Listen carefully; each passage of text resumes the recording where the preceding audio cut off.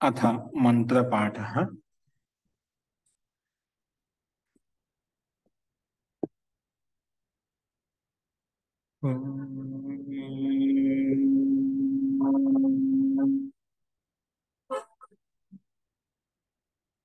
सहनाववतु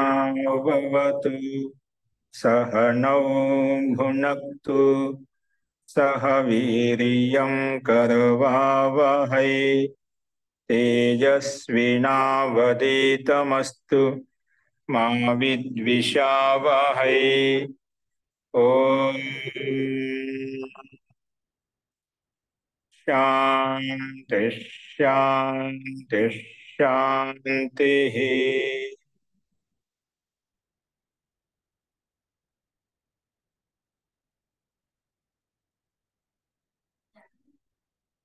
सर्वेभ्यो नमः। అందరికీ నమస్కారం అండి. మనము అష్టాధ్యాయ క్రమ పాఠంలో 5వ అధ్యాయంలో 1వ పాదం చూస్తున్నాము. అందులో నిన్న 103వ సూత్రం వరకు మనం ప్రస్తావించుకున్నాము. నేను చెప్పిన పాఠంలో ఏదైనా సందేహాలు ఉన్నాయా?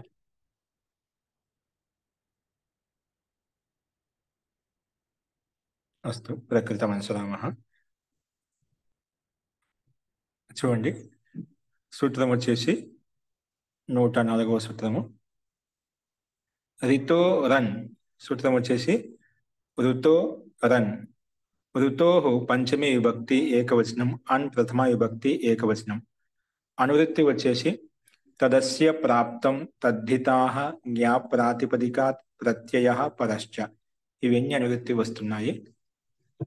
అర్థః ప్రథమ సమర్థాత్ ఋతు ప్రాతిపదికాత్ అస్య ఇతి షష్ఠ్యర్థే అన్ ప్రత్యయో భవతి. ప్రాప్తం ఇత్యేతస్మిన్ విషయే. ప్రథమ సమర్థాత్ ఋతు ప్రాతిపదిక. ప్రథమ సమర్థం అంటే ఋతు ప్రాతిపదికం చేత. ఎందుకంటే ఋతోః అనే షష్ఠి పంచమి విభక్తి ఏకవచనం చెప్పుకున్నాం కదా.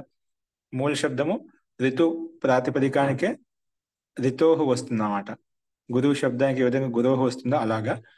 तो प्रथम समर्थात् ऋतु प्रातिपदिकात् अस्य इति షష్ఠి అర్థే అని ప్రత్యయం భవతి. సూత్రంలో అని ప్రత్యయం యొక్క విధానం కనిపిస్తుందన్నమాట. కానీ ప్రాప్తం ఇత్యేతస్మిన్ విషయే, ప్రాప్తం ఇత్యేతస్మిన్ విషయే, ఈ విషయంలో ఉదాహరణకి ఋతుః ప్రాప్తో అస్య, ఋతుః ప్రాప్తో అస్య, ఋతుః ప్రాప్తో అస్య అంటే ఋతు ప్రాప్తమైంది, అస్య అస్య కాలస్య ఏదైనా కానీ. ఆర్తవం పుష్పం అంటాడు. ఈ పుష్పాలకి ఈ ఋతువులు ఈ పుష్పాలు ఉత్పన్నమవుతాయి, అలాగా పుష్పాలు వికసిస్తాయి అనే అర్థంలో ఋతుః ప్రాప్త అస్య ఆర్తవం పుష్పం. ఆర్తవం పుష్పం అంటాం. ఋతు ప్రాతిపదికం కదా. ఋతు ప్లస్ అనుప్రత్యయం తెచ్చుకుంటాం. అనుప్రత్యయం కాబట్టి నిత్ప్రత్యయం కాబట్టి వృద్ధి చేసుకుంటాం. ఆర్ రూకి వృద్ధి చేస్తే ఆర్తు అయిపోతుంది. తర్వాత ఓర్ గుణ తూ కదా, ఉకారాంతం కూడా ఉంది. ఓర్ గుణ ప్రకారంగా వర్ణాంతస్య అంగస్య గుణో భవతి అనే నియమం ప్రకారంగా ఓర్ గుణ ప్రకారం గుణం చేసుకుంటే ఆర్తో. తర్వాత పక్కన అనుప్రత్యయం ఉంది కాబట్టి ఏ చోయవాయావాహ ప్రకారం అవ ఆదేశం చేసుకుంటే ఆర్తవ. ఆర్తవ తర్వాత సుస్థానంలో అమి పూర్వ చేసుకుంటే ఆర్తవం అనే రూపం మనకు సిద్ధిస్తున్నాడు. ఆర్తవం పుష్పం అలాగా అర్థం చేసుకోవాలి. అంటే यदि वह ऋतु शब्द प्राप्त समानाधिकरण वाला हो, ప్రాప్త సమానాధికరణంతో యుక్తమై ఉంటే గన మనకు అప్పుడు ఈ సూత్రం ప్రకారంగా పొందే అర్థం ప్రాప్తమైంది అనే సందర్భంలో ఇక్కడ మనం అనుప్రత్యయం తెచ్చుకుని రూపం తయారు చేసుకుంటాం. అది మనకు స్పష్టంగానే కనిపిస్తుంది. అస్తు. నెక్స్ట్ చూడండి, ఋతు ప్రాతిపదికం చేత అనుప్రత్యయం తెచ్చుకున్నాం షష్ఠి విభక్తి యొక్క అర్థంలో. నెక్స్ట్ ఋతోహికి అనే ఋతు కింది సూత్రం వరకు వస్తుంది. ఛందసి ఘస్. ఛందసి సప్తమి విభక్తి ఏకవచనం, ఘస్ ప్రథమ విభక్తి ఏకవచనం. అనువృత్తి వచ్చేసి ఋతోః తదస్య ప్రాప్తం తద్ధితాః జ్ఞా ప్రాతిపదికాత్ ప్రత్యయః పరశ్చ. ఇవన్నీ అనువృత్తి వస్తున్నాయి. అర్థః ఋతు శబ్దాత్ ఛందసి విషయే ఘస్ ప్రత్యయో భవతి. తదస్య ప్రాప్తం ఇత్యేతస్మిన్ విషయే. ఋతు శబ్దాత్, ఋతు శబ్దం చేత ఛందసి విషయంలో ఘస్ ప్రత్యయం వస్తుంది. ఘస్ ప్రత్యయం ప్రాప్తం అవుతుంది. కానీ ఎప్పుడు తదస్య ప్రాప్తం ఇత్యేతస్మిన్ విషయే, తద్ అస్య ప్రాప్తం, ఈ విషయంలో అన్నమాట. తద్ అస్య ప్రాప్తం అంటే ఇది పూర్వ సూత్రానికి అపవాద సూత్రం అంట. అదే కండిషన్ ఋతు ప్రాతిపదిక తీసుకున్నాం కాబట్టి షష్ఠర్థంలోనే అనుప్రత్యయం వస్తుంది. కానీ ఒక కండిషన్ పెట్టామంట ఇక్కడ, ఛందసి ఘస్. అంటే అనుప్రత్యయం కాకుండా ఇక్కడ ఘస్ ప్రత్యయం పెట్టుకున్నాం విషయం ఛందసి విషయంలో. ఋతోః తదస్య ప్రాప్తం తద్దితాః జ్ఞా ప్రాతిపదికాత్ ప్రత్యయః పరస్య. तो ऋतु शब्दात ఛందసి విషయ ఘస్ ప్రత్యయం అవుతుంది. ఋతు శబ్దం చేత ఛందసి విషయంలో ఘస్ ప్రత్యయం వస్తుంది. కానీ ఎప్పుడు తదస్య ప్రాప్తం ఇత్యేతస్మిన్ విషయే, తద్ అస్య ప్రాప్తం అది ఇతనిది, ఈ కాలంకి సంబంధించింది, ఇలాంటి ఈ సమయానికి ప్రాప్తమైంది, ఇలాంటి అర్థంలో అస్య ప్రాప్తం ఇత్యేతస్మిన్ విషయే, ఈ విషయంలో మనకు ఘస్ ప్రత్యయం వస్తుందని చెప్పి విశేషంగా చెప్పుకున్నాం. విశేషంగా ఘస్ ప్రత్యయ విధానం చేయబడింది అదే ఋతు ప్రాతిపదికం చేత. కానీ ఛందసి విషయంలో అయం తే యోనిర్ రిత్వీయ, అయం తే యోనిర్ రిత్వీయ, ఋతు ప్రాతిపదికం చేత ఋతు ప్లస్ ఘస్ ప్రత్యయము, ఘస్ స్థానంలో అనుమతి లోపం చేసుకునే ఘా మిగులుతుంది. ఋతు ఘా, ఘా స్థానంలో ఆయనీయ ప్రకారంగా మనకు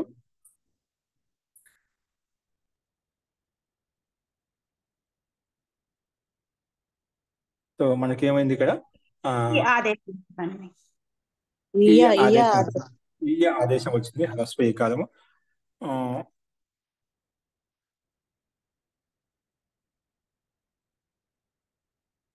ఇక్కడ స్థితిచా ప్రకారంగా మనకు ఈ ఆదేశం వచ్చింది. ఋతు ఈయ ఆదేశకు వృద్ధి రాదు. ఎందుకు రాదు? ఇక్కడ మనకు ఘస్ ప్రత్యయం, ఘస్ ప్రత్యయం నిమిత్తం ఏది లేదు. అంటే వృద్ధి రావడానికి నిమిత్తం అంటే ఏది లేదు. తదితేశ అచామాది, తదితేశ అచామాదేశకు తదిత ఇత్తి నిత్తి ప్రత్యయపరత అంటుంది. ఇత్త లేదు నిత్తి లేదు, అందుకే రాదు. అయితే ఋతువులో ఉండే ఉవర్ణాంతం, ఉవర్ణాంతం గుణం చేస్తాం. కానీ ఎప్పుడు వస్తుంది? ఉవర్ణాంతస్య అంగస్య తదిత ప్రత్యయపరత, కానీ తదిత ప్రత్యయం ఉంది. కానీ తదిత ప్రత్యయం ఉన్నప్పుడు మన స్థితిచా ప్రకారంగా పదసంజ్ఞ వస్తుంది కదండి. పదసంజ్ఞ వస్తుంది. ఓకే, పదసంజ్ఞ స్థితిచా అంటే ఇక్కడ వేరే సూత్రం ప్రకారం పదసంజ్ఞ లేదా మనకు. ఇంకేలా స్థితిచా వస్తోంది కదండి. సిట్ అయిన ప్రత్యయం పరంగా ఉంది కాబట్టి పూర్వానికి పదసంజ్ఞ అండి. మిగిలిన చోట్ల కూడా మనం చేసుకున్నాం. అక్కడ ఏదాంతో వేసుకున్నాం మనం. అంటే సకారం ఎక్కడ ఇత్తైన ప్రత్యయాలు రాలేదు కదా ఇంతవరకు. ఇప్పుడు మనకు గస్ వచ్చింది. గస్ లో మనకు స్పష్టంగా ఉంది స్థితిచ. ఇంతకుముందు మనకు ఎక్కడ మనము ఈ గుణ సూత్రం ప్రకారం మనం గుణం చేసుకుంటూ వస్తున్నాం. అక్కడ తదిపతి నిమిత్తంగా ఉంటే మనకు అక్కడ గుణం చేసుకునే వాళ్ళం. ఓకేనా? పదసంజ్ఞ యొక్క ప్రయోజనం మనం ఇప్పటివరకు పదసంఖ్య ఎక్కడ వాడలేదండి తదితాల్లో. పదసంఖ్య ఎక్కడ కూడా మనం చెప్పుకోలేదు. ఇదే ఫస్ట్ టైం ఇక్కడ ప్రకారం. సామాన్యంగా మనం తదిపతి నిమిత్తం తదిపతి పదసంజ్ఞ అని పెట్టుకోవాల్సిన అవసరం. వర్ణాంతస్య తదిపత్యపరత గుణోభవతి అని చెప్పినాం. వర్ణాంతస్య పదస్య పదసంజ్ఞ అని పెట్టుకోవాల్సిన అవసరం లేదు. విశేషంగా అవసరమే లేదండి. లేకపోయినా కూడా మనం సంహితలో యుకం ఎణచి వచ్చేస్తుంది, ఎనాదేశం చేసేయచ్చు. మరి పదసంజ్ఞ అంటూ ఎందుకు చెప్పారో మరి తెలీదు. అంటే అనుకున్నాను పదసంజ్ఞ అవసరమే లేదు. అవును, ఇక్కడ కూడా పదసంజ్ఞ అవసరం. బసంజ్ఞ పెట్టినా కూడా ప్రయోజనం లేదండి. అందుకే మనకి దానికి నిమిత్తం ఏం లేదు. పనులు అంటూ ఏం లేవు అక్కడ మనకు. ఎకరాది అజాది ప్రత్యయాలు ఉంటే మనం ఏదైనా చేసుకోవడానికి ఉంటుంది. ఇక్కడ ఏం లేదు. అజాది ఉందనుకోండి, మనకు ముందు బసంజ లేదన్నమాట. బసంజ ఎకారాది అజాది బాసంజ ఉంది కానీ అంతంలో ఉంది కదా. అందుకే ఉవర్ణాంతం కానీ విశేషం దానికంటే. కాబట్టి మనం ఈ సూత్రం ప్రకారంగా, ఎందుకంటే బసంజ ఉన్నప్పటికీ కూడా మనకు ఎస్సేది యువర్ణాంతస్య అవర్ణాంతస్య అంటుంది. దానికి మాత్రం ఎస్సేది చేసుకుంటాం. ఇక్కడ ఉవర్ణాంతం కాదు మనకు సమస్య లేదు, ఒకవేళ ఉన్నా కూడా. అందుకే మనకు స్థితిచ విశేషంగా చెప్పాల్సిన అవసరం లేదు. ఎందుకు చెప్పారు? ఛందసి విషయం కాబట్టి వచ్చిందంటే. ఛందసి విషయం కదా, ఛందసి విషయంలో విశేషంగా చెప్పాలి. ఏంటండి మహోదయ, అంతే కదండి. యచిభంకి అపవాద సూత్రం అంటున్నారు సూత్రంలో. అంతే యచిభంకి కదా. ఇది అపవాద సూత్రం ప్రత్యయ అంటున్నారు విశేషం సిటిజన్. కనిపిస్తుంది, ఆ సందేహం లేదు. మన ప్రత్యయ విధానం విశేషంగా చెప్పుకున్నది అదే కండిషన్. ఋతు ప్రాతిపదికం చేత మనం అక్కడ అని ప్రత్యయం చెప్పుకునేది, ఋతు ప్రాతిపదికం చేత ఇక్కడ మనకు ఘస్పత్యం కూడా వస్తుంది అంటే అపవాదం అయిపోయింది, దాని సందేహం కానీ ఛందసి విషయంలో అది అంటే ఇక్కడ మనకి పదసంఖ్య కాకపోతే భసంఖ్య ఏది అవసరం లేదు అసలు ఇక్కడ. అంటే ఛందసి విషయం తీసుకున్నాం, అంటే వేద నిమిత్తంగా తీసుకోవాల్సి వచ్చింది ఛందస్సులు. ఎందుకంటే కొన్ని చోట్ల అవసరం లేకుండా అక్కడ పదసంఖ్య పెట్టుకుంటాం, అంటే భిన్న వేద ప్రయోజనాల కొరకు. ఒకసారి అవసరం కూడా పెట్టుకోవాలన్నమాట. ఛందసి బహుళం ఛందసి నియమం ప్రకారంగా ఛందసి విషయం కాబట్టి మనం ఆ రకంగా ఇక్కడ తీసుకోబడింది, అంతేం లేదు. అస్తు అస్తు తర్हि నెక్స్ట్ వచ్చేసి కాలాద్ యత్. కాలాత్ పంచమీ విభక్తి ఏకవచనం, యత్ ప్రథమ విభక్తి ఏకవచనం. అనువృత్తి వచ్చేసి తదస్య ప్రాప్తం తద్దితాహం యా ప్రాతిపదిక ప్రత్యయ పరశ్చ. ఇప్పుడు ఎందుకు వచ్చిందంటే మనం అన్ని చోట్ల ఇప్పుడు దానికి చాలా సార్లు మనం ఓదనాంత ఓదుగుణ మనం ప్రయోగం చేసుకుంటూ వస్తున్నాం, చెప్పుకుంటూ వస్తున్నాడు. దాని యొక్క అర్థం నాకు తెలిసి ఓదనాంత సంగస్య తద్దిత ప్రత్యయ పరత గుణో భవతి, అదే తాత్పర్యం, అదే అర్థం ఉంది. వదనాంతస్య పదస్య అంగస్య అలా లేదనుకుంటాను, ఒకసారి చూడండి ఓకేనా. ఎందుకంటే సుప్తి దీనికి ప్రాతిపదికం కాబట్టి ప్రాతిపద సంజ్ఞ ఉంది. ప్రాతిపద సంజ్ఞ ఉందంటే ఏమిటి, దానికి పద సంజ్ఞ కూడా ఉంది, ఇంకా అది పదమే కదా. అర్థవదాది ప్రత్యయ ప్రాతిపదికం, ఆ ప్రాతిపదికం వచ్చింది అన్నమాట. ప్రాతిపదిక సంజ్ఞ అంటే దానికి పద సంజ్ఞ కూడా ఉన్నట్టే. సుప్తింగంతం పదస్య పద సంజ్ఞ.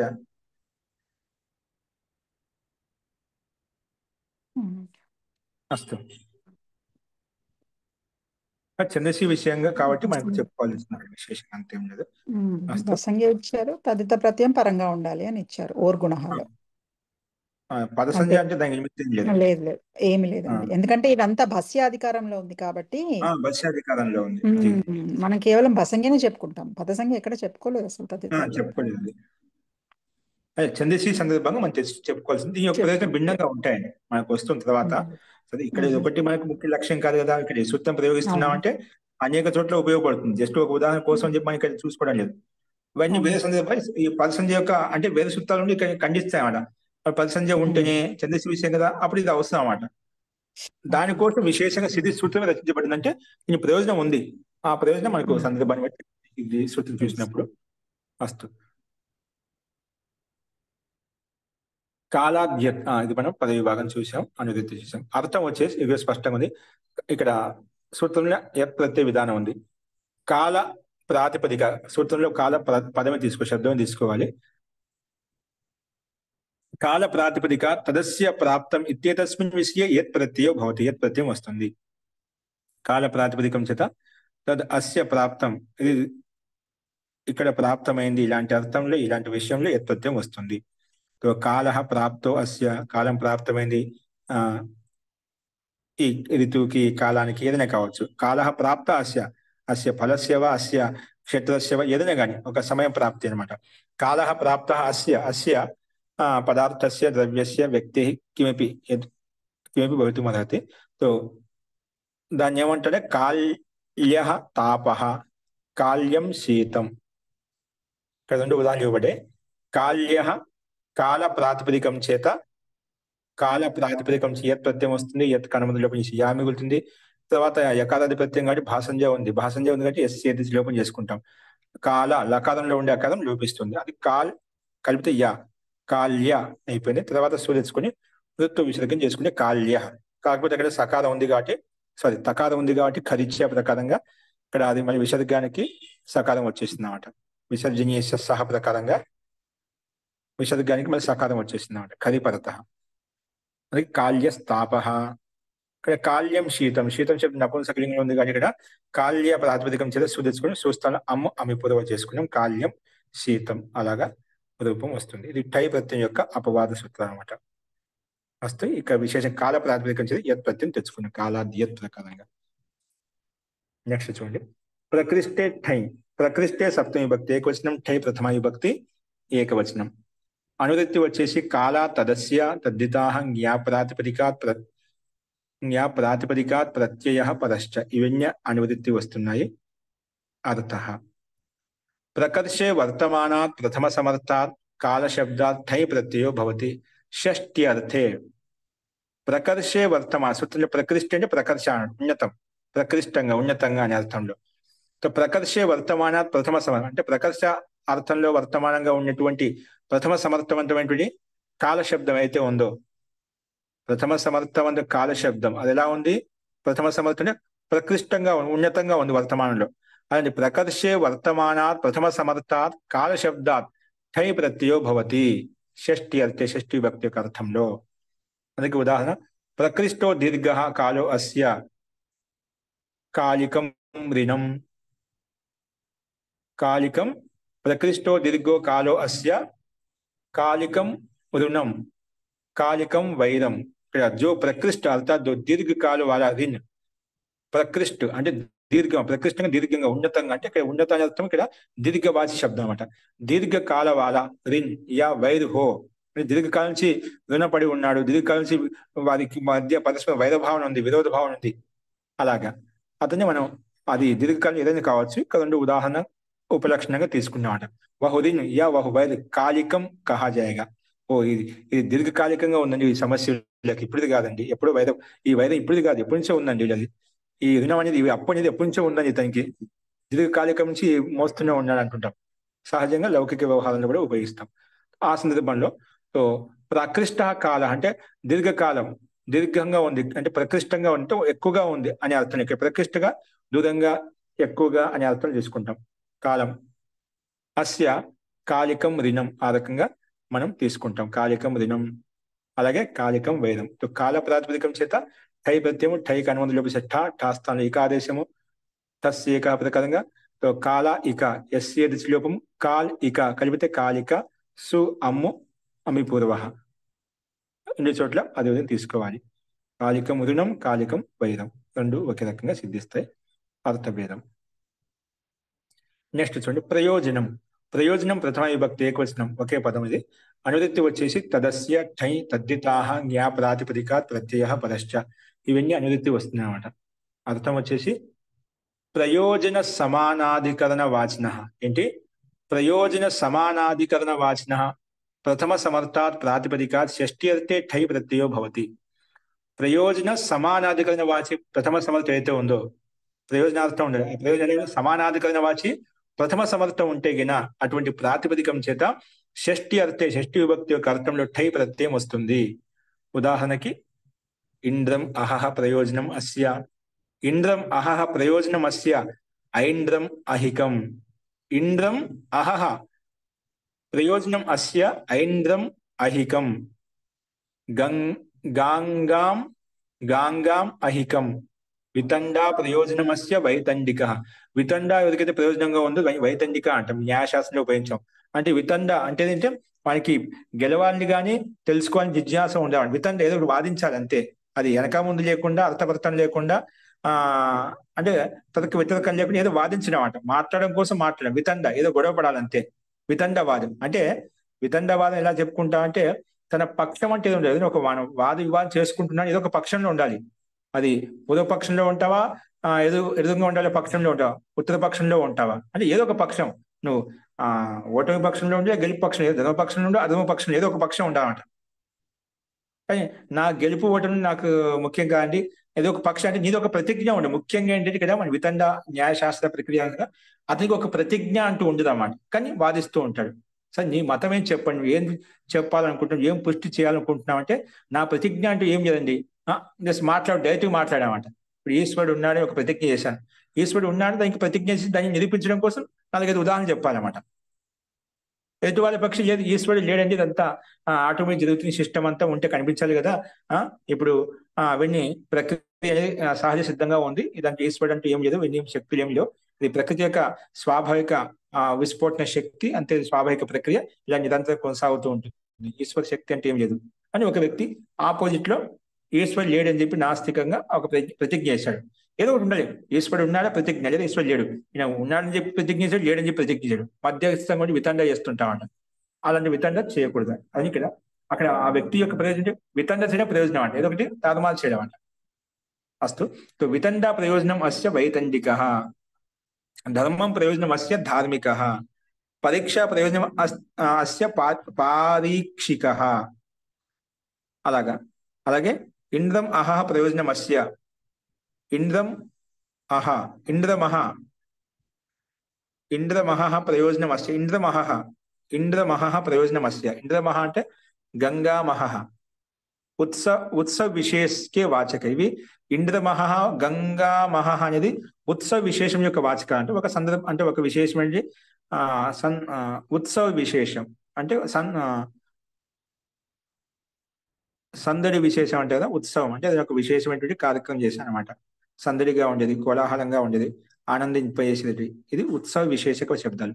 ఇంద్రమహం అంటే ఆ ఉత్సవ ప్రయోజనం అస్య, ఇతనికి ఒక విశేషంగా ఉత్సవాన్ని జరిపించడమే ప్రయోజనం ఇతనిది. దాన్ని ఐంద్రం అహికం అంటామాట. గంగా, ఇది కూడా ఉత్సవ విశేషమే. గంగా మహికం, గంగా మహిమ యొక్క ప్రయోజనం చెప్పడమే ఇతని యొక్క విశేష ఉద్దేశం, విశేష లక్ష్యం. దాన్ని గంగా మహికం అని చెప్పి మనం ప్రస్తావించుకుంటాం. అంటే ఈ ఉత్సవ విశేషాన్ని తీసుకున్నాం అనమాట.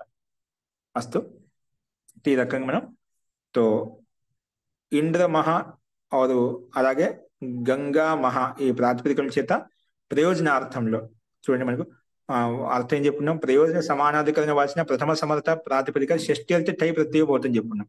తో ఇంద్రమహ అలాగే ఐంద్రమహ అని గంగా మహా అని ప్రాతిపదికల చేత టై స్థానం ఏకాదేశము. తర్వాత సామాన్యంగానే మనం ఎస్సీ లోపం చేసుకుంటే ఇంద్రమహ అలాగే గంగా మహ, తర్వాత టై ప్రత్యయం ఈత్ ప్రత్యయం కాబట్టి ఆదేశకు రిద్ది చేసుకుంటాం. ఇంద్ర అనేది ఐంద్రగా మారుతుంది, గంగ అనేది గాంగా మారుతుంది, ఆదేశకు రిద్ది చేసుకుంటే. మిగిలిన ప్రక్రియ ఐంద్రమహ, గాంగమహ, తర్వాత ఇక కలుపుకుంటే ఐంద్రమహిక, గాంగామహిక, తర్వాత సుస్థానంలో అమ్ము అమిపూర్వ చేసుకుంటే ఈ రకంగా రూపాలు మనకు ఐంద్రమహికం, ఐంద్రామహికం, గాంగామహికం. అలాగే వితండ శబ్దం చేత వితండ టై, వితండ ఇక ఆదేశకు రిద్ది చేసుకుంటే వైతండ, వీకు రిద్ది వై అవుతుంది. సామాన్యం తదిత స్వచామాదే అక్కడ కూడా అదే విధంగా తో వైతండ ఇక ఎస్ఎస్ లోపం చేసుకుంటే వైతండిక, తర్వాత వృత్త విసర్గం చేసుకుంటా ఉంటాం. అలాగే ధర్మ శబ్దం చేత ధార్మిక, ధర్మ శబ్దం చేత ప్రయోజనార్థంలో మనం ఇక్కడ కూడా టైప్ తెచ్చుకొని ధార్మిక ఆదేశ వృద్ధి చేసుకుని చేస్తా ఉంటాం. అలాగే పరీక్షా శబ్దం చేత పారీక్షిక, పరీక్షా శబ్ద స్త్రీలింగం అన్నమాట. పరీక్ష ఇక్కడ ఎస్ఎస్ లోపం చేసుకుని పారీక్షిక అనే రూపం మనం తయారు చేసుకుంటాం. అస్తు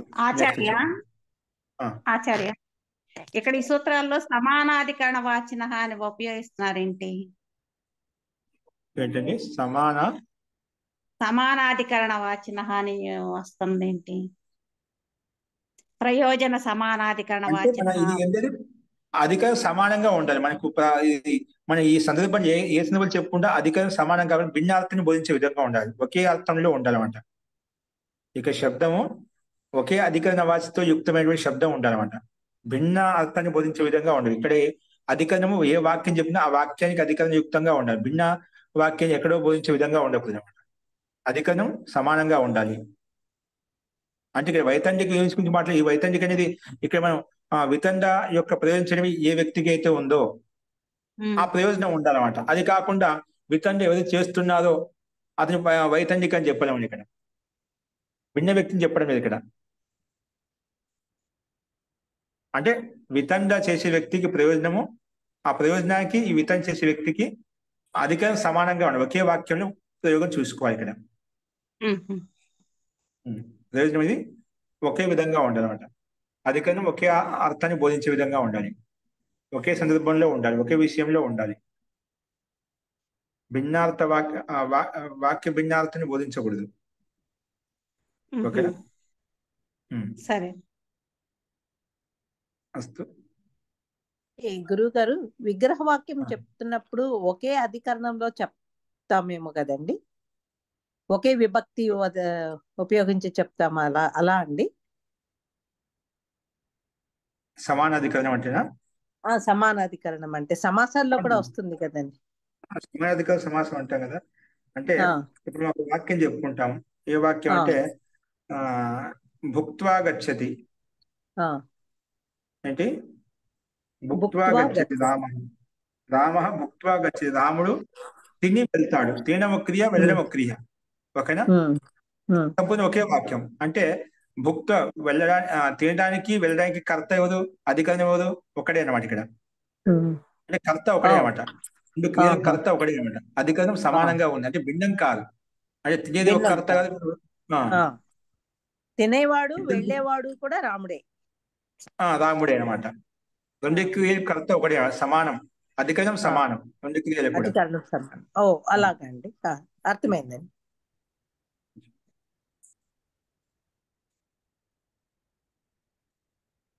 నెక్స్ట్ చూడండి. ఇక్కడ వితండా విషయం చెప్పండి. వితండా నిరర్థక బకవాస్ కా నామ్ హై. వితండా నిరర్థకంగా మాట్లాడాలంటే ఏదో ఒకటి ఎదుటివాడిని ఖండించాలి, లక్ష్యం లేకుండా, ప్రతిజ్ఞ చేయకుండా ఎదురు వాదించాలి. దీన్ని వితండా అంటాం. ఒక్కోసారి మనము అంటే ఇది న్యాయశాస్త్రం మనం చెప్పుకున్నాం. ఒక్కోసారి మాట్లాడే విధానంలో ఏమవుతుందంటే ఏదో ఒక తారుమారు చేయాలి, దానికి ఏదో ఒకటి దాన్ని గొడవ పెట్టుకోవాలి. వితండా చేయమాట అంటే ప్రకారం మార్చడం, విషయం దాని దగ్గర ఓడిపోతుంది, లేదంటే వాళ్ళ దగ్గర సమాధానం లేనప్పుడు వితండా చేస్తా ఉంటాం. ఏదో ఒకటి నిరర్థకంగా మాట్లాడాలి అంతే. అంటే అక్కడ వితండ వ్యక్తికి సత్యాన్ని తెలుసుకోవడం కానీ ఆ ఉద్దేశం ఉండదు అన్నమాట. ఏదో ఒకటి ఖండించడం ఉద్దేశం అన్నమాట. ఏదో ఒకటి దాన్ని తప్పుదావ పడడం ఉద్దేశాన్ని నిరర్థకంగా మాట్లాడడం. అందుకే నిరర్థక బక్వాస్ కరణ, వ్యర్థంగా సంబంధం లేకుండా మనం చెప్పేది ప్రకారం అయితే ఇంకోటి ఏదో తీసుకొచ్చి మాట్లాడతామంట. ఓకేనా? అది నిరర్థకంగా మాట్లాడడం. ఓకేనా? అంటే డైవర్ట్ చేయడం అన్నమాట, అంటే అనవసరంగా మాట్లాడడం. అటువంటి మనం గమనించాలి ఒక్కోసారి అన్నమాట. వ్యక్తి యొక్క అభిప్రాయాన్ని మార్చి ఏదో ఒక రకంగా చెప్పడం అన్నమాట. అవి ఎక్కువ జరుగుతుంటాయి, ఒక్క వాద వివాదాలు జరుగుతుంటాయి అన్నమాట. అందుకే మనకు అక్కడ మనం చెప్పిన ప్రతిజ్ఞ, హేతు, ఉదాహరణ, ఉపనయనం, నిగమనం అని చెప్పి పంచావయ పద్ధతి మనం చెప్పుకున్నాం. ఏదైనా ఒక విషయాన్ని ప్రస్తావిస్తున్నామంటే ఈ 5 పంచావయాలు స్థాపించి చెప్పినప్పుడు వ్యక్తిగా పక్కదా పోవడానికి లేవంట. ఈ విధంగా ఈ మొత్తం చూపించినప్పుడు అనుకోండి, ఏదంటే ఒక కట్టిపడే అంటే ఒక సిద్ధాంతం, నీకైనా నాకైనా మాట్లాడుకుని ఒక సిద్ధాంతం ప్రకారం వెళ్ళాలన్నమాట. సిద్ధాంతం చెప్పినాం అనుకోండి, అది ఎక్కడికో వెళ్ళిపోతుంది అన్నమాట. ఒక నియమానుకూలంగా వెళ్ళామంటే అది ఒక స్థితిలో ఉంటుందన్నమాట. మనకు ఒక విషయాన్ని వరకు వెళ్ళగలుగుతామట, అంటే ఒక విషయాన్ని తెలుసుకోగలుగుతాం. లేదు దానికి అంతు ఉండదన్నమాట. నువ్వు ఏదో చెప్పుకుంటూ పోతావు, నేనే చెప్పుకుంటూ పోతాం, నీ మాట నీకు కరెక్ట్ అనిపిస్తుంది, నా మాట నాకు కరెక్ట్ అనిపిస్తుంటుంది, వాద వివాదం వెళ్తూ ఉంటుంది, దానికి అంతు ఉండదు అన్నమాట. ఓకేనా? కొన్నిటికి మనకు సమాధానం అక్కడ ఇంట్లో కనిపించవు. అది అటువంటిప్పుడు మనకి ఇట్లా పంచావయ పద్ధతి ప్రకారం మనం ముందుకు వెళ్ళాం అనుకోండి, అక్కడ అన్ని చూపించాలంట. వైదికంగా, లౌకికంగా, ఉదాహరణ సమేతంగా హేతును చూపిస్తూ, ఉపనయనం చేస్తూ, నిగమనం చూపించామనుకోండి, అప్పుడు మనం ఏదైనా ఒక నిర్ణయానికి రావచ్చు అంట. ఆ స్థితి అది అత్యంత ఉత్తమమైనది. ఫస్ట్ అది మనం న్యాయశాస్త్రంలో ప్రక్రియ చూసాం అనమాట. ఫస్ట్ నెక్స్ట్ చూడండి. విశాఖ షాడాదన్ మంథదండయో. విశాఖ షాడాదన్ మంథదండయో. విశాఖ షాడాత్ పంచమి విభక్తి ఏకవచనం, అని ప్రథమ విభక్తి ఏకవచనం. మంథదండయో సప్తమి విభక్తి ద్వివచనం. సమాసం వచ్చేసి చూడండి, ముందుగా విశాఖ షాడాదన్, విశాఖ షాఢాత్ అని ఓపెన్ చేస్తాం. విశాఖశ్చ షాఢశ్చ విశాఖ షాఢం తస్మాత్ విశాఖ షాఢాత్ సమాహార ద్వంద్వ సమాసం. నెక్స్ట్ మంతశ్చ దండశ్చ మంతదండౌ తయో మంతదండయో మంథదండయో. ఇది ఇతరేతరయోగ ద్వంద్వ సమాసం. అనువృత్తి వచ్చేసి ప్రయోజనం తస్య తద్ధితాః జ్ఞా ప్రాతిపదికాత్ ప్రత్యయః పరశ్చ. ఇవన్నీ అనువృత్తి వస్తున్నాయి. అర్థః విశాఖ ఆషాఢ ఇత్యేత రెండు అన్నమాట. విశాఖ ఆషాఢ, విశాఖ ఆషాఢ ఇత్యేతాభ్యాం శబ్దాభ్యాం. విశాఖ ఆషాఢ ఇత్యేతాభ్యాం శబ్దాభ్యాం యథాసంఖ్యం మంతదండయోః. మంత శబ్దం, దండ శబ్దం. మంతదండయోః అభిధేయయోః. మంతదండ అవిధేయాత్మకంగా ఉన్నప్పుడు తదస్య ప్రయోజనం ఇత్యేతస్మిన్ విషయే. తద్ అస్య ప్రయోజనం ఇత్యేతస్మిన్ విషయే. తద్ అస్య ప్రయోజనం ఈ విషయంలో. తదస్య ప్రయోజనం ఇత్యేతస్మిన్ ఈ విషయంలో అన్ ప్రత్యయో భవతి. ఇక్కడ ఏంటి అని ప్రత్యయం వస్తుంది చూడండి. విశాఖ ఆషాఢ ఈ మాసాల్లో, వైశాఖ మాసం, ఆషాఢ మాసం, ఈ మాసాల్లో అంటే ఈ రెండు శబ్దాలు ప్రాతిపదికలు ఏవైతే ఉన్నాయో విశాఖ ఆషాఢ ఈ శబ్దాలు క్రమంగా తీసుకోవాలన్నమాట. అంటే విశాఖ అనే ప్రాతిపదికం చేత మంతార్థంలో, ఆషాఢ అనే ప్రాతిపదికం చేత దండ అర్థం అవిధేయాత్మకంగా ఉన్నప్పుడు, గమ్యమానంగా ఉన్నప్పుడు అన్ ప్రత్యయం వస్తుంది. ఏ అర్థం వస్తుంది? తదస్య ప్రయోజనం తదస్య ప్రయోజనం ఈ విషయంలో అన్నమాట. ప్రయోజనార్థ విషయంలో ఇతనికి ఈ ప్రయోజనం ఉంది. ఈ ప్రయోజనం విషయంలో మనకు ఈ ప్రాతిపదికం చేత ఈ అర్థం గమ్యమానంగా ఉంటే అన్ ప్రత్యయం తెచ్చుకుంటాము. అది ఈ సూత్రం యొక్క అభిప్రాయం.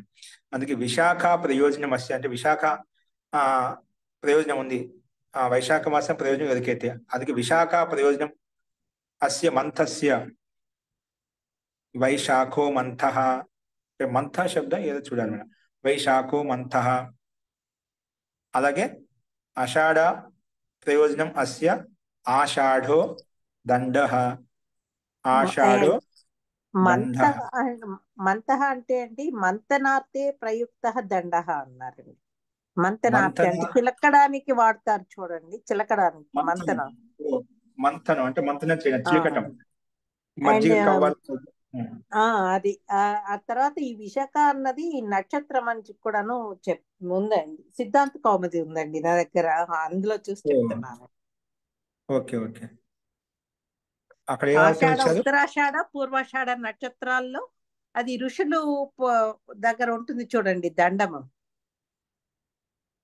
దాని గురించి చెప్తూ అది ఆషాఢ శబ్దాల నక్షత్ర పూర్వాషాఢ ఉత్తరాషాఢ. ఓకే అవునండి. నక్షత్రవా శబ్దం తీసుకోవాలి. ఓకే అలా ఉండొచ్చు. అయితే సో ఇక్కడ మనం అలా గమ్యమానార్థం ఉన్నప్పుడు అని ప్రత్యయం వస్తుంది ప్రయోజనార్థంలో. అందుకే రూపసిద్ధి విశాఖ ప్రాతిపదికానికి అని ప్రత్యయం నిత్తి కాబట్టి ఆది రిద్ది చేసుకుంటాం. వైశాఖ తర్వాత ఎస్సీ ఎది లోపం చేసుకుని అకారం కలుపుకుంటే వైశాఖ, తర్వాత సూస్థానంలో తృప్త విసర్గం. అలాగే ఆషాఢ ప్రాతిపదికం చేత ఆది రిద్ది చేసుకుంటే ఆషాఢ వస్తుంది. తర్వాత కూడా డకారంలో ఉండే ఆకారానికి ఎస్సీ ఎది లోపం చేసుకుని తర్వాత పక్కన ఉన్న ఆ కలుపుకుంటే ఆషాఢ, తర్వాత తృప్త విసర్గం చేసుకుంటాం. సో అందుకే ఆషాఢ అనే రూపం మనకు సిద్ధిస్తుంది. నెక్స్ట్ చూడండి, అనుప్రవచనాదిభ్యశ్చ.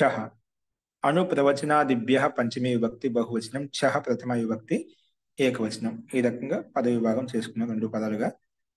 అనుప్రవచనం ఆదిరి ఏషం. అనుప్రవచనాదిభ్యాన్ని ఓపెన్ చేసి చెప్పుకుంటున్నాము.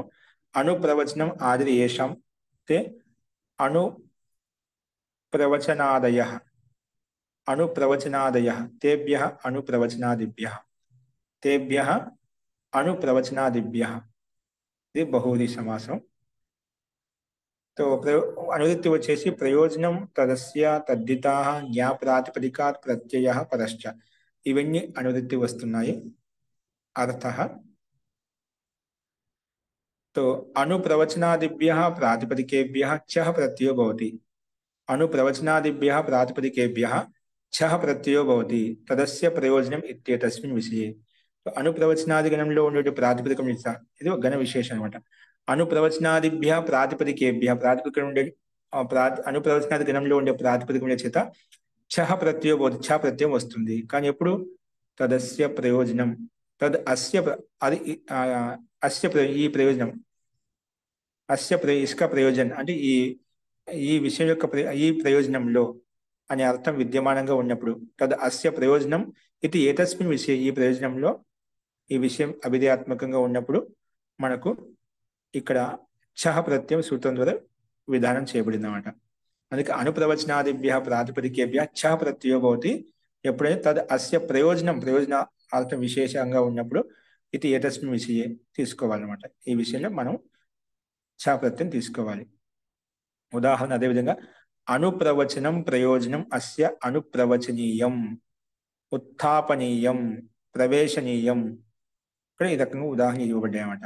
అనుప్రవచనీయం, అనుప్రవచనాది గణంలో అనుప్రవచన శబ్దం ఉంది, ఉత్థాపన శబ్దం ఉంది, ప్రవేశన శబ్దం ఉంది. తో ఆ శబ్దం చేత అనుప్రవచన శబ్దం చేత ఛ ప్రత్యయం తెచ్చుకుంటాము. అనుప్రవచన ప్లస్ ఛ, ఛ స్థానంలో ఈయ ఆదేశం వస్తుంది. ఆయ నేయి నీ యః పాఢ ఖ ఛ ఘాం ప్రత్యయాదీనం అనే సూత్రం ప్రకారంగా అంగాధికారంలో అనుప్రవచన ప్లస్ ఈయ ఎస్యేది లోపం చేసుకుని అనుప్రవచన ఈయ, అనుప్రవచన్ ఈయ కలుపుని అనుప్రవచనీయ. ఇక్కడ మనకు ఛ ప్రత్యయం ఏం తీసుకుని ఛ ప్రత్యయం కదా, వృద్ధి నిమిత్తం అంటే ఏది లేదు. కాబట్టి వృద్ధి రాదు ఇక్కడ. ఇక్కడ అనుప్రవచనీయ తర్వాత సు తెచ్చుకొని సుస్థాన అమ్ము అమిపూర్వ చేసుకుంటాం అనమాట. అలాగే ఉత్థాపన శబ్దం చేత ఛా ప్రత్యయం తెచ్చుకుంటే ఉత్థాపనీయం. అలాగే ప్రవేశన ప్రాతిపదికం చేత ఛా ప్రత్యయం తెచ్చుకుంటే శాస్త్రం ఈ ఆదేశం వస్తుంది కాబట్టి ప్రవేశన ప్లస్ ఈయ, ప్రవేశన్ ప్లస్ ఈయ, ఏది లోపం చేసుకుంటే ప్రవేశనీయ తర్వాత సుస్థాన అమ్ము అమిపూర్వ అనేది అన్నిటిలో కామన్ గా వస్తుంది అన్నమాట. ఈ రకంగా ఇవి అనుప్రవచనాధికరణంలో ఉండేటువంటి ప్రాతిపదిక చేత మనకు ప్రయోజనార్థంలో మనకు ఇక్కడ ఉత్థాపనీయం ప్రయోజనం ఉంది ఎవరికైనా, ప్రవేశించడానికి ప్రయోజనం ఎవరికైతే ఉందో, అలాగే అనుప్రవచనీయం అంటే మళ్ళీ చెప్పడానికి ప్రయోజనం ఎవరికైతే ఉందో ఆ ప్రయోజన విషయంలో మనం ఈ పదజాలని శబ్దం యొక్క అర్థం తీసుకోవాలి. వస్తూ ఈ రకంగా మనకు సూత్రార్థానుగుణంగా ఉదాహరణలు కనిపిస్తున్నాయి. నెక్స్ట్ చూడండి, సమాపనాత్ సపూర్వ పదాత్. సమాపనాత్ సపూర్వ పదాత్. సమాపనాత్ పంచమీ విభక్తి ఏకవచనం, సపూర్వ పదాత్ పంచమీ విభక్తి ఏకవచనం. రెండిట్లో పంచమీ విభక్తి స్పష్టంగా కనిపిస్తుంది. సమాసం వచ్చేసి విద్యమానం పూర్వపదం యస్య తత్ సపూర్వపదం అంటే విద్యమానంగా ఉంది పూర్వపదం యస్య శబ్దస్య తత్ సపూర్వపదం సపూర్వపదం అంటే ఏ పదానికైతే ఏ శబ్దానికి విద్యమానంగా ఉంది పూర్వపదం దాని సపూర్వపదం అంటే పూర్వపదంలో ఉన్నటువంటి ఏదైనా పదం అనమాట, విశేష శబ్దం. దాని సపూర్వపదం అని చెప్పుకున్నాం. తస్మాత్ సపూర్వ పదాత్ ఇది బహువ్రీహి సమాసం. అనువృత్తి వచ్చేసి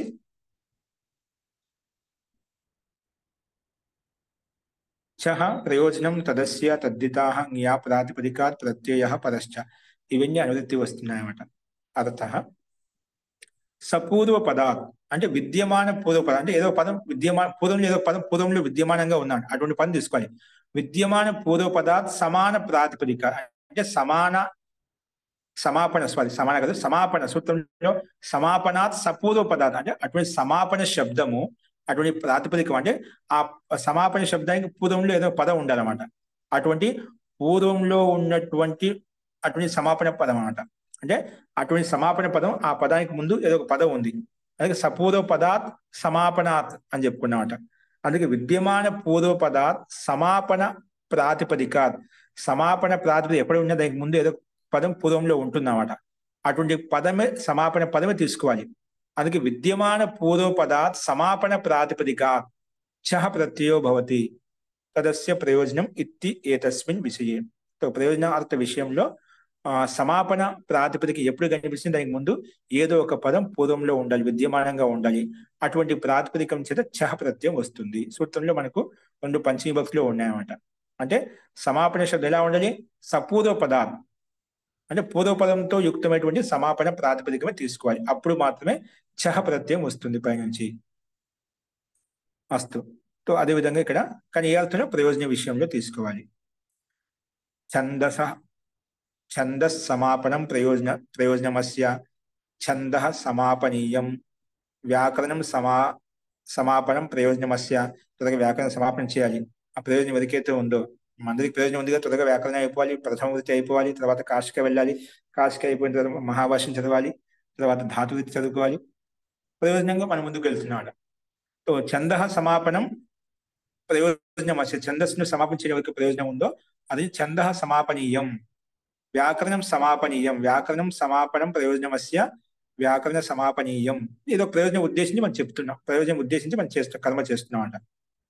ఇక్కడ వ్యాకరణ సమాపన శబ్దానికి పూర్వంలో ఉంది, వ్యాకరణ శబ్దం పూర్వంలో ఉందన్నమాట. అంటే అటువంటి సమాపన శబ్దం ఏది సమాపనం చేయాలి, వ్యాకరణం సమాపనం. ఏ సమాపనం, ఛందస్సు సమాపనం అంటే వేద సమాపనం. అది ఏదో ఒకటి అంటే సమాపన శబ్దం సమాపనం చేస్తున్నావు. ఏ సమాపనం చేస్తున్నావు, ఏదో కర్మ పని చెప్పాలా, ఏది కార్యక్రమం సమాప్తం చేస్తున్నావా, లేదంటే వేదం సమాప్తం చేస్తున్నావా, ఏది ఏ ప్రయోజనం ఏదో ఒకటి మనకు ఉండాలి. మనం వ్యాకరణ సమాపనం చేస్తున్నాం, గ్రంథ విశేషణం పురాణం రామాయణం మహాభారతం ఏం చేస్తున్నాం, ఏం చేస్తున్నాం భాగవతం, అది ఏదైనా కావాలి. సమాపన కేవలం మన గ్రంథ విశేషం కాకుండా వస్తు విశేషం పదార్థ విశేషం ఏదైనా ఏదైతే సమాపనం చేస్తున్నావో ఆ సందర్భంలో వాడుకోవచ్చు అన్ని చోట్ల. అందుకే సమాపన పదానికి ముందు ఖచ్చితంగా ఏదో ఒక పూర్వపదం ఉండాలి. దాన్ని బట్టి మనకు అర్థం స్పష్టంగా వస్తుంది. సమాపనం అంటే అక్కడ క్వశ్చన్ మార్క్ అయిపోతుంది. ఏం చేసి సమాపనం చేస్తున్నావు, అక్కడ మనకు కర్మపదం ఖచ్చితంగా చెప్పాల్సి వస్తుంది అన్నమాట. అందుకే ఇక్కడ ఛంద సమాపనం ప్రయోజనమస్య ఛందస్ సమాపనీయం. సమాపన శబ్దం చేత అందుకే ఛ ప్రత్యయం తెచ్చుకున్నాం. ఛ స్థానం ఈ ఆదేశం వచ్చినప్పుడు ఎస్ఏది లోపం చేసుకుని పైన చెప్పిన విధంగానే సమాపనీయ సమాపన ఛందస్ సమాపన ప్లస్ ఈయ ఛందస్ సమాపనీయ అలా వస్తుంది. తర్వాత సుస్థాన అమ్ము అమిపూర్వ కామన్గా వస్తాయి. అలాగే వ్యాకరణం సమాపనీయం, వ్యాకరణ సమాపన శబ్దాలు వ్యాకరణ సమాపనీయం ఈ రకంగా మనం అర్థం చేసుకోవాలి. వ్యాకరణం అనేది కూడా మనకు పదం పూర్వంలో ఉంది కాబట్టి వ్యాకరణ సమాపన సమస్త పదం తీసుకున్నట్లయితే చాపత్యం చేసుకుని వ్యాకరణ సమాపనీయం అనే రూపాలు మనకు సిద్ధిస్తాయి. ఇది మనం అర్థం చేసుకోవాలి. నెక్స్ట్ చూడండి, ఐకాగారికట్ చౌరే. ఐకాగారికట్ చౌరే. ఐకాగారికట్ ప్రథమ విభక్తి ఏకవచనం, చౌరే సప్తమి విభక్తి ఏకవచనం. అనువృత్తి వచ్చేసి ప్రయోజనం తదస్య తద్దితాః జ్ఞా ప్రాతిపదికాత్ ప్రత్యయః పదశ్చ. ఇవన్నీ అనువృత్తి వస్తున్నాయి. అర్థః సూత్రంలోనే ఉంది. ఐకాగారికట్ అనేది ప్రథమ విభక్తి అనబడేది. ఐకాగారికట్ ఐకాగారికట్ ఇది నిపాత్యతి. ఈ శబ్దం సూత్రంలో ఏదైతే ఉందో ఐకాగారికట్ నిపాతం ద్వారా డైరెక్ట్ గా తయారు చేసుకునే శబ్దం తీసుకున్నామాట. ఐకాగారికట్ ఇది గారికడ్ టకారం డకారంగా మారిపోయింది జలాం జశవంతే ప్రకారంగా. సో ఐకాగారికడ్ ఇది నిపాత్యతే, నిపాతం చేయబడింది. ఎప్పుడు నిపాతం చేయబడింది, ఏ అర్థంలో నిపాతం చేయబడింది అంటే చౌరే. చౌరే అర్థం అది విధేయాత్మకంగా ఉన్నప్పుడు, గమ్యమానంగా ఉన్నప్పుడు, అది గమ్యమానంగా అప్పుడు తదస్య ప్రయోజనం ఇత్యేతస్మిన్ విషయం. అప్పుడు గమ్యమానంగా ఉండాలి. తద్ అస్య ఇది కూడా ప్రయోజనార్థంలో, ప్రయోజనార్థం గమ్యమానంగా ఉన్నప్పుడు, ప్రయోజనార్థం విషయం ఉన్నప్పుడు మాత్రమే తీసుకుంటామట. తదస్య ప్రయోజనం తద్ అస్య అది ఇతనికి ప్రయోజనం, ఈ ప్రయోజనం విద్యమానంగా ఉన్నప్పుడు ఏదైనా కావచ్చు. తద్ అస్య ప్రయోజనం ఇది తస్మిన్ విషయే. సో అందుకే ఉదాహరణ ఏకాగారం ప్రయోజనం అస్య ఐకాగారికం ఐకాగారికః చౌరః. ఏకాగారం प्रयोजनम अस्य ऐकागारिकः चौरः. चौर विधेय होने पर एकागार शब्द से इकट प्रत्यय हो जाएगा. ఏకాగార మనది ఎలా తయారు చూసినట్లయితే ఏకాగారం ప్రయోజనమస్య, ఏకగారం ప్రయోజనంగా ఉంది ఎవరికైతే దాన్ని ఐకాగారికః చౌరః అంటాం. ఇక్కడ మనకు మామూలుగా అయితే ఐకాగారికట్ శబ్దం అన్నమాట, అంటే మన సమస్త పదం అంటే మూల శబ్దం ఏకాగార శబ్దం అన్నమాట. ఏకాగార శబ్దానికి మనం ఏం తెచ్చుకునే ప్రత్యయము ఇక్కడ నిపాతం ద్వారా చెప్పుకున్నాం. ఐకాగారికట్ శబ్దం మనకు మూల శబ్దం తీసుకుని ఏకాగార శబ్దం చేత ఇకట్ ప్రత్యయం వస్తున్నాం అంట. ఏ ప్రత్యయము నిపాతనం చేతనే. ఏకాగార ప్లస్ ఇకట్ ప్రత్యయం, ఏకాగార ప్లస్ ఇకట్, ఇకట్ కనుమతి లోపం చేస్తే ఇక మిగులుతుంది. ఏకాగార ఇక. తర్వాత ఇక్కడ ఎస్ లోపం చేసుకుంటే ఏకాగారిక, ఏకాగారిక. తర్వాత ఆదేశకు రిద్ది చేసుకుంటాం. ఇక్కడ చిన్న నిపాతం చదివిన ఐకాగారిక, ఐకాగారికట్, ఐకాగారిక వస్తున్నాం. ఇక్కడ మనకు టాకారం కూడా ఉంది కదా, సారీ టకారం అనుబంధం లోపం చేసుకున్నాం. ఐకాగారిక తర్వాత సు తెచ్చుకుని ఋతు విషదకం చేసుకుంటే ఐకాగారిక అనే శబ్దం వచ్చింది అన్నమాట. ఇక్కడ ఐకాగారికట్లో టకార అనుబంధ లగాయా. ఇక్కడ ఐకాగారిక ఇకట్ ప్రత్యయం చెప్పారా, ఇకట్లో టకారం అనుబంధ లోపం ఉందన్నమాట.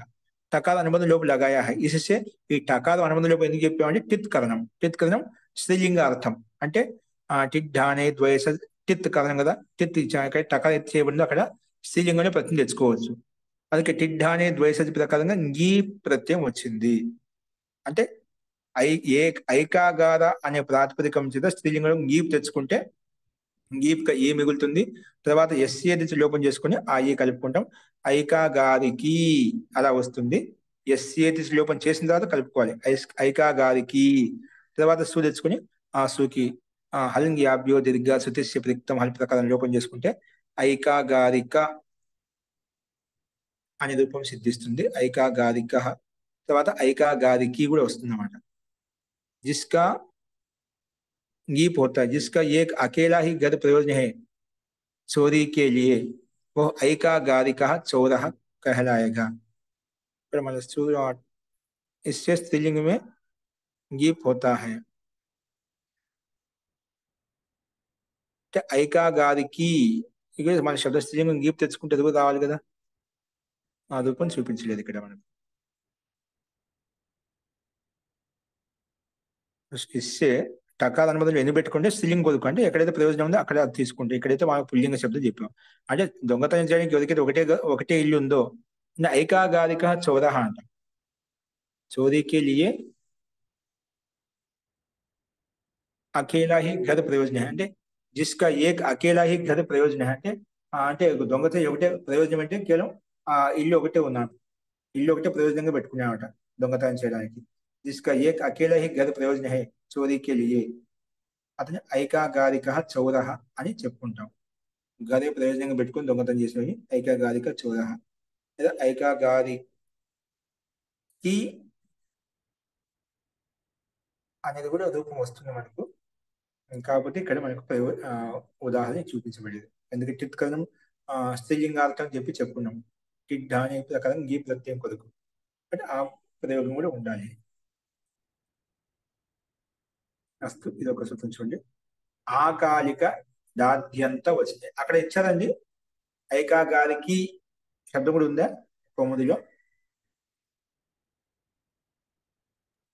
ఇందులో ఉంది మహోదయ, అష్టాధ్యాయి.com లో ఉంది, ఐకాగారికి ఉంది.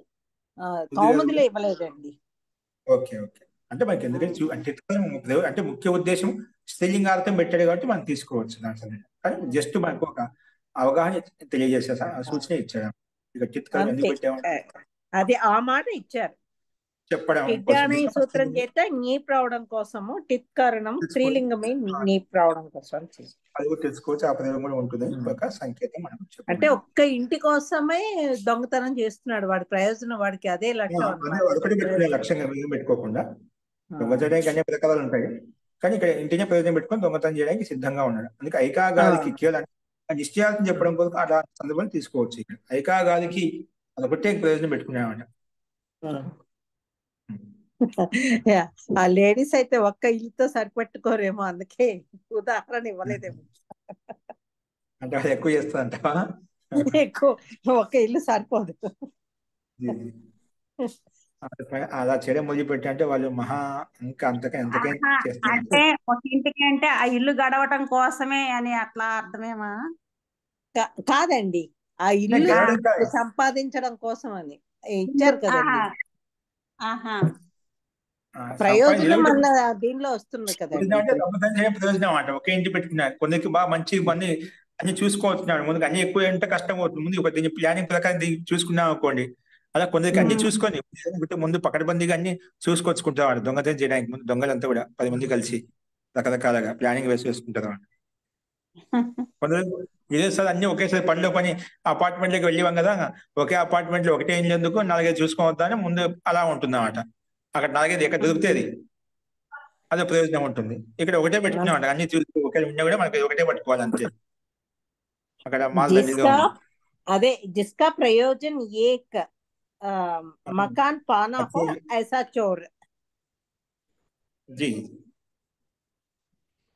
అంటే ఒకే ఇంటిని లక్ష్యంగా పెట్టుకున్నాడేమో దొంగతనానికి. అదే అదే అది మెయిన్ ప్రయోజనం అది. అస్తు ఇది ఒక చూడండి.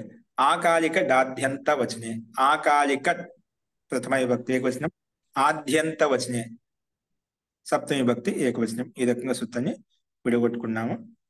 సో సమాసం వచ్చేసి ఆదిశ్చ అంతశ్చ ఆద్యంతో తయోర్ వచనం ఆద్యంత వచనం తస్మిన్ ఆద్యంత వచనే. ఇది ద్వంద్వగర్భ షష్ఠి తత్పురుష సమాసం. ఆదిశ్చ అంతశ్చ ఆద్యంతౌ తయో ఆది అంతం యొక్క వచనాన్ని ఆద్యంత వచనం అంటాం.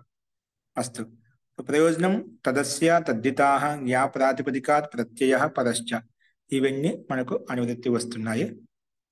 అర్థః ఆకాలికడ్ ఇతి, ఆకాలికడ్ ఇతి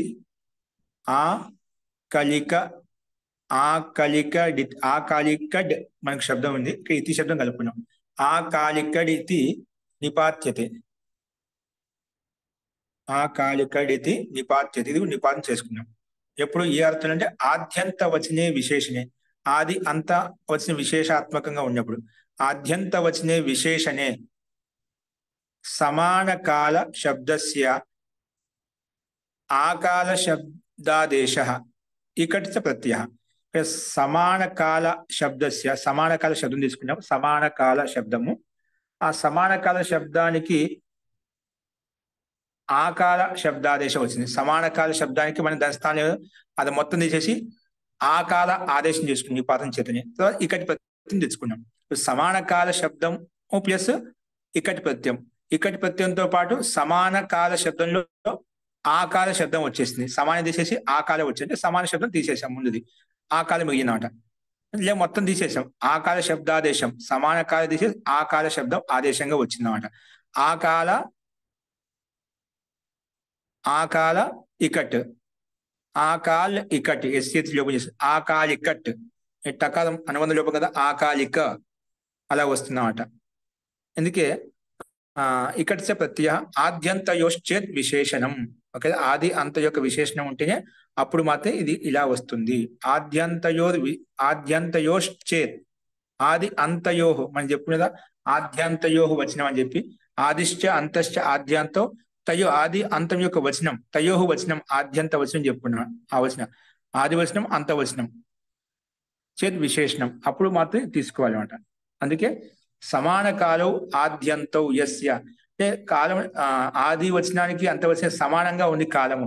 అది ఆది వచనమైన అంత వచనమైన సమాన కాలం ఆద్యంతో యస్య స ఆదికాలిక స్తనయిత్ను, ఆదికాలిక స్తనయిత్ను. ఇది మనకు మెరుపు మెరిచినప్పుడు ఇది ఆది ఇది అంతా అని చెప్పుకుంటామా? ఎంత క్షణం జరిగిపోతుంది స్తనయిత్తుంటే మెరుపు. ఓకేనా? అవునండి, అది ఆకాలిక విద్యుత్, ఆకాలిక స్తనయిత్ను విద్యుత్. ఈ టైంలో మనం ఉత్పన్నమైంది ఈ టైంలో అంతమైంది చెప్పడానికి అంత శీఘ్రంగా వేగంగా ఉంటుందన్నమాట. అంత సెకండ్లు జరిగిపోతుంది, సెకండ్ల కంటే అంత శీఘ్రంగా ఉంటుందన్నమాట. ఆ సెకండ్ కూడా మనం చేయలేము అబ్బా, అంత వేగంగా మెరుస్తుంది, అంత భయంకర మెరుపు కూడా. అంటే అది దీన్ని ఆకాలిక స్తనయిత్ను అని చెప్పి విద్యుత్ అని చెప్పుకున్నాడు. అది సమాన కాలం, ఆది అయినా అంతమైనా ఒకే కాలంలో ఉన్నట్టు అనిపిస్తున్నాడు. దాన్ని మనం ఇది ఆది అంత చెప్పడం అంత శీఘ్రంగా ఉంటుంది. ఓకేనా? సమాన కాలం ఆద్యంతో మన మనసులో వచ్చే ఆలోచనలు కూడా అంతే కదండి. జీ అది తీసుకోవచ్చు, కానీ మన దీనికైనా మనం ఒకసారి సమయం తీసుకుంటాం. ఇది ముందు విచారం, తర్వాత వచ్చిందని విచారం అని చెప్పి. అంటే ఆది అంతా పోల్చుకుంటాం, ముందు నాకు ఇది ఆలోచించిన తర్వాత ఇది వచ్చిందన్నమాట. అంటే ఒక్కోసారి నాకు అస్తవ్యస్తంగా మనం శీఘ్రంగా ఆలోచిస్తాం. శీఘ్రంగా ఆలోచించినప్పటికీ కూడా ముందు ఇది వచ్చిన తర్వాత ఇది వచ్చింది చెప్పుకుంటాం. అస్తవ్యస్తం కావచ్చు, కానీ మెరుపు విషయంలో మనం అలా చెప్పలేదు, విద్యుత్ విషయంలో. అవునండి, మెరుపు విషయం కరెక్ట్ ఉదాహరణ. ఎంత స్పీడ్గా ఉంటుంది, ఎంతో తీవ్రగతితో ఉంటుంది అన్నమాట. కానీ ఆలోచన విషయంలో అది కూడా మీరు చెప్పినట్టుగా అత్యంత వేగవంతమైనది. కానీ అక్కడ వేగవంతమైనప్పుడు ఇక్కడ క్రమం ఉంటుంది కాబట్టి ఆ క్రమానుగుణంగా మనం కొంచెం దాన్ని విభాగం చేసుకోవచ్చు. కానీ ఇది బిజిలీ విషయంలో చెప్పనీకి లేదా సమాన కాలం అన్నమాట. దాన్ని ఆకాలిక స్తనయిత్ను అంటాం. ఇక్కడ మనకు స్పష్టంగా ఉంది. ఇక్కడి ప్రత్యయం వచ్చినప్పుడు సమాన కాల ఇకట్, సమాన కాల ఇక అంతో ఇక్కడి తోటి ఆకాల ఆదేశం వచ్చింది. ఆకాల ఇక, ఆకాలిక లోపం సూదెచ్చుకుని వృత్త విషయం చేసుకుంటాం. ఆకాలిక స్తనయిత్ను. ఇక్కడ ఏమిచ్చాయంటే సమాన काल शब्द से आकार आदेश तथा इकट प्रत्यय यहाँ निपातन किया गया है. वो क्या చెప్పుకున్నాం. बिजली की चमक कब पैदा हुई और कब खत्म हो गई इसका पता ही नहीं लगता. अब बिजली అనేది ఎప్పుడు ఉత్పన్నమైంది ఎప్పుడు నష్టమైంది మనం చెప్పలేం అన్నమాట. అర్థాత్ उसके आदि अंत पता नहीं. उसका ఇది ఆది అని చెప్పి అంతం అని చెప్పి మనం చెప్పలేము. సో उसे ఆకాలిక స్తనయిత్ను కేతదని ఆకాలిక స్తనయిత్ను చెప్పుకుంటాం. అకస్మాత్తుగా అండి అంటే ఒక్కోసారి మనం అంటే కొన్ని దగ్గర చెప్పు అకస్మాత్ ఇలా జరిగిపోయిందని మాకు తెలియదు ఎప్పుడు ఇలా జరిగిపోయిందని చెప్పి అకస్మాత్ అనుకోకుండా జరిగిపోయింది యాక్సిడెంటల్గా అకాలికంగా ఆకాల మృత్యు అంటుంటాం. అకాలికంగా ఇలా జరిగిందని గట్టి జరిగిందని చెప్తుంటాం అంట అనుకోకుండా. ఆ సందర్భంలో ఇది ఆకాలిక స్తనయిత్ను कहते हैं. ఓకే, తక్ టై కా అధికారం సమాప్తం. ఇక్కడ టై ప్రత్యయం యొక్క అధికారం మనకు సమాప్తం అవుతుంది. తర్వాత కొంచెం భిన్న ప్రకరణం కూడా మనకు చెప్పుకుంటాం, అదేంటో రేపు చూద్దామండి. ఓకే, ఈ రెండు సూత్రాల తర్వాత మన తదర్హం నుంచి మనకు భిన్న ప్రకరణం స్టార్ట్ అవుతుంది, అదేంటో రేపు చూద్దాం. మొత్తానికి అయితే ఇక్కడ టై ప్రత్యయం యొక్క అధికారం ఎంతవరకైతే వస్తుందో అది ఇక్కడ పరిసమాప్తం అవుతుంది. వస్తు ఈ విషయంగా ఈ సూత్రాన్ని ఆకాలిక శబ్దాన్ని మనకు నిపాతం ద్వారా తెలుసుకున్నాము. అది ఆకాలిక అనే దానికి అర్థం కూడా మనం స్పష్టంగా ఉదాహరణ ద్వారా తెలిసింది. అటువంటి సందర్భాన్ని మనం ఇంకా ఎక్కడ చూడలేము, కొన్ని దగ్గర చూడొచ్చు. అది మనకు మెయిన్ ముఖ్య ఉదాహరణగా స్పష్టంగా ఉంది. అస్తు.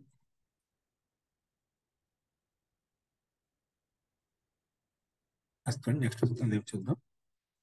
మంత్రపాఠ.